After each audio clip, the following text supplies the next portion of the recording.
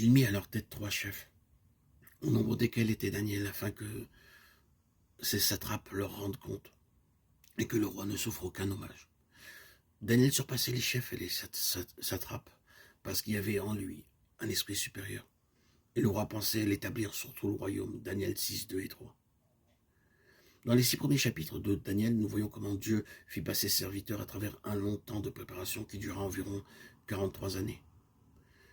Bien qu'il les ait utilisés de façon puissante dès le premier chapitre, en fait, il les préparait pour un ministère beaucoup plus grand que cela. Depuis le chapitre 7 et les suivants, nous voyons comment Dieu commença à révéler à Daniel des événements qui devaient arriver dans l'avenir. Les plans pour les siècles à venir furent dévoilés depuis la venue de Christ, sa mort, son ensevelissement, sa résurrection et sa deuxième venue.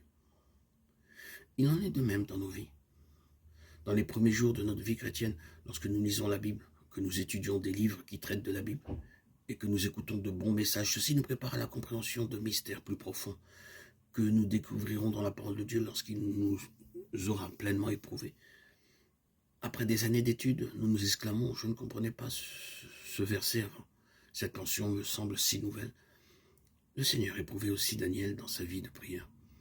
Dans Daniel 6, nous lisons que le roi Darius dominait sur un si vaste royaume qu'il avait besoin de 120 princes pour le gouverner. Il y avait parmi eux 3 chefs, mais Daniel occupait la première place.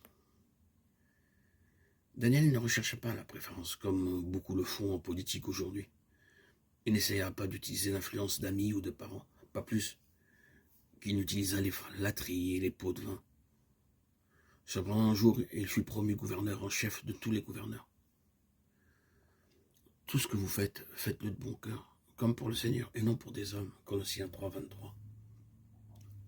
Alors que j'étais en Amérique, je connus une longue période de chômage. Après beaucoup de recherches, un homme me dit « Savez-vous cuisiner la nourriture indienne ?»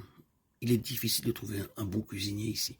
Il doit y avoir une conférence médicale indienne et plusieurs médecins seront présents pendant 7 jours. Si vous pouvez leur préparer des plats indiens, je vous paierai.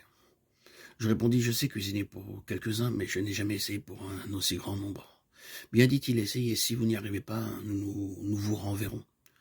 Je priais toute la nuit, le lendemain je commençais à cuisiner. Je priais continuellement pendant que je cuisinais. Le Seigneur me montrait les quantités des différents ingrédients que je devais utiliser. Après le repas, une dame va me voir à la cuisine. J'étais vêtu d'un long tablier blanc et d'une toque.